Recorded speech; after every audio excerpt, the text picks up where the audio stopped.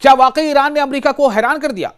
सोचिए, एक ऐसा मुल्क जिसे दुनिया की सबसे ताकतवर फौज कहा जाता है, कौन है आप समझ सकते हैं? उसके जदीद तरीन अड्डे यानी मॉडर्न अड्डे, सख्त तरीन दिफाई निजाम, सबसे ज्यादा मतलब मजबूत डिफेंस सिस्टम और हर वक्त निगरानी करने वाले रडार, और फिर एक पुराना जंगी तैयारा। जी हां, एक पुराना जंगी तैयारा। जहां अभी तैयारों की कौन कौन सी किस्म आपको पता है ना, थोड़ा सा आप अगर शौक रखते होंगे तो F-15 तो छोड़िए, F-35 उसका दौर है, उससे भी जो है हायर। लेकिन एक पुराना जंगी तैयारा, कौन सा? F-5 फाइटर जेट आता है और सीधा हमला करके चला जाता है। वाह, क्या हुआ उस सुपर पावर अमेरिका के उस hi fi modern defence system का?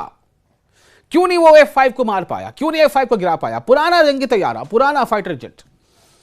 यही दावा एक रिपोर्ट में किया गया है। और ये फाइटर जेट कहां से आया, किसका था? बिल्कुल सही समझा आपने, ईरान का फाइटर जेट F-5, जबकि दौर चल रहा है F-35 का। कहानी कहां से शुरू हुई ये आपको बताते हैं। दरअसल 28 फरवरी को अमेरिका और इस्राएल ने ईरान पर फिजाई हमले शुरू कर दिए। फिजाई मतलब एरियल स्ट्राइक्स, हवा से हमले। उसके फाइटर जेट्स आए, बम गिरा के चले गए।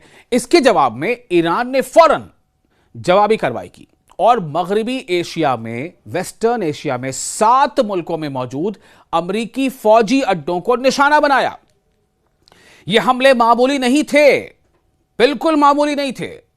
जैसी कि रिपोर्ट्स आ रही उसके मुताबिक निशाना बने कौन कौन? गोदाम, कमांड सेंटर, तैयारों के हैंगर्स, रनवे, जदीद रडार सिस्टम्स यानी modern radar systems, satellite communication, ये तमाम चीजें निशाना बने। और ये तमाम चीजें किसकी थी?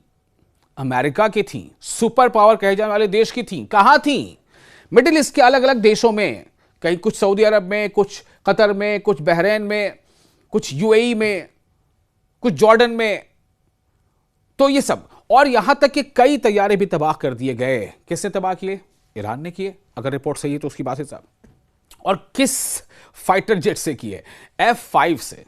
सबसे चौंका देने वाला लम्हा क्या है? कुवैत में वाक़ा अमरीकी अड्डा यानी कैंप ब्यूहरिंग, जहां दुनिया के जदीद तरीन यानी मॉडर्न दिफाई निजाम मौजूद थे, जैसे कि पैट्रियट और मिसाइल सिस्टम, ये तमाम मौजूद थे। लेकिन एक ईरानी F-5 तैयारा, पुराना जंगी जहाज F-5, वो निचली परवाज करते हुए आया, रडार की नजर से बचता हुआ और एक सादा डम बम गिराकर वापस चला गया।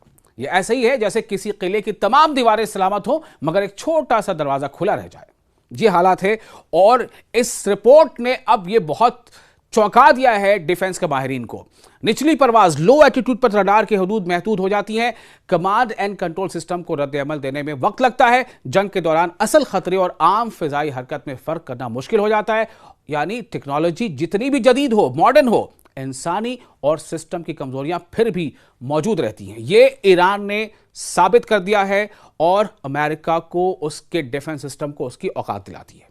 आबनाए हुर्मुज यानी स्ट्रेट ऑफ हुर्मुज की बंदिश से, ब्लॉकेट से आलमी तिजारत पर काफी असर पड़ रहा है।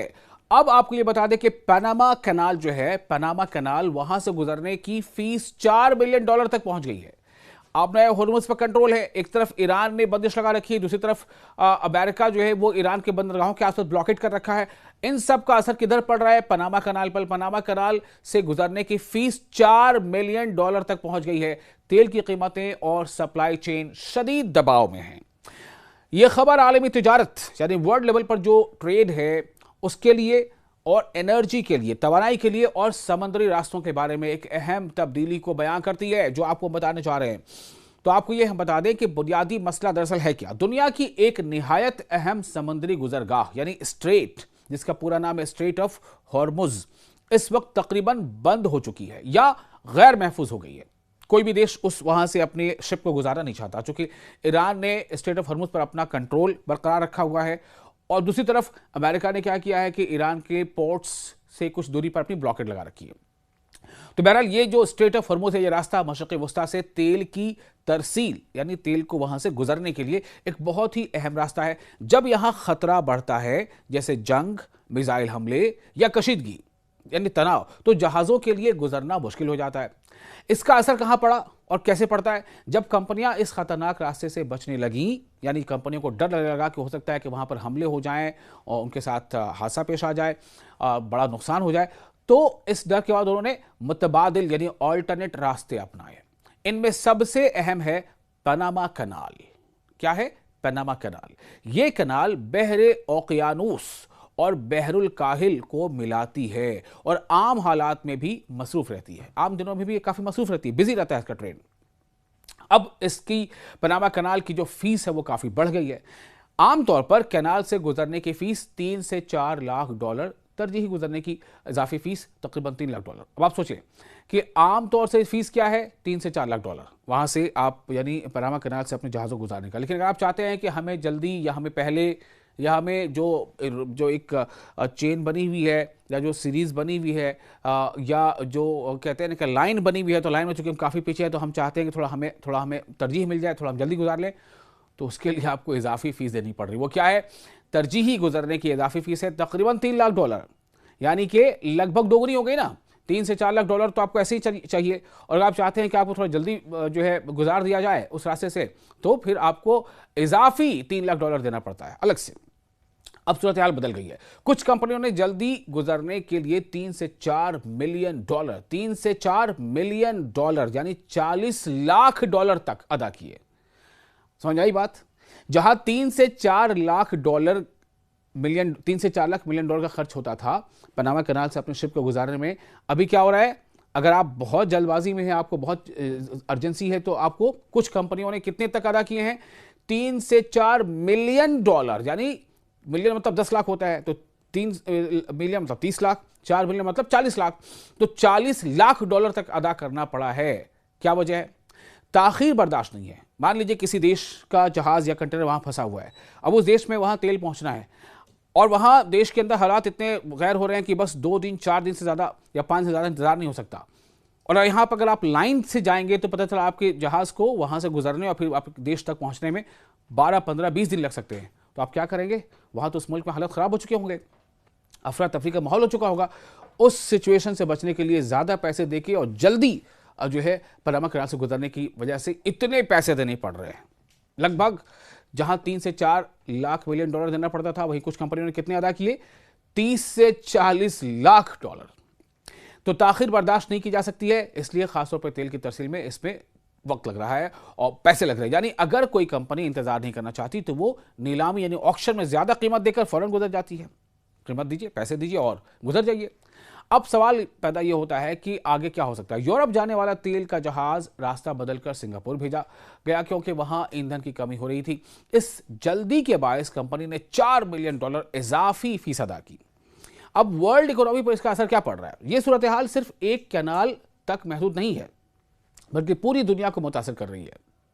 सप्लाई चेन इससे मुतासिर हो रही है। सामान का ट्रांसपोर्टेशन और उसके सस्ते महंगे होने का सब कुछ इसी पर दारोमदार है। तेल की कीमतें बढ़ गई हैं। अब जो मौजूदा रेट अभी सामने आ रही है वो क्या है? $107 फी बैरल से ऊपर, जबकि ईरान के साथ जंग शुरू होने से पहले ये 90 या उससे कम थी। सोचिए आप, 85, 87, 88, 90 से कम फी जो है डॉलर था, फी बैरल था। अभी कितना हो गया? $107 फी बैरल। तो कारोबारी लागत में काफ़ी इजाफा हुआ है, जिसके नतीजे में कई मुल्कों में महंगाई जो है वो एक बहुत बड़ी मुश्किल और बहुत बड़ा मसला बनकर सामने आ गया है। इंटरनेशनल एनर्जी एजेंसी के मुताबिक रोज़ाना तकरीबन 13 मिलियन बैरल तेल मार्केट से गायब हो गया। इसे तारीख का सबसे बड़ा तवानाई खतरा कहा जा रहा है। सियासी और सिक्योरिटी पहल क्या है इसको लेकर के? पनामा ने इल्जाम लगाया है कि ईरान ने एक जहाज को जबरदस्ती कब्जे में लिया, जिससे समुद्री सिक्योरिटी पर सवालात उठे हैं। और यह सब कशीदगी यूनाइटेड स्टेट्स और ईरान के दरमियान बढ़ते तनाज़े से जुड़ी हुई है। तमाम जो हालात हैं वो ईरान पर जो अमेरिका ने अटैक किया 28 फरवरी को, उसके बाद से तमाम हालात इस तरह से बिगड़ते चले जा रहे हैं।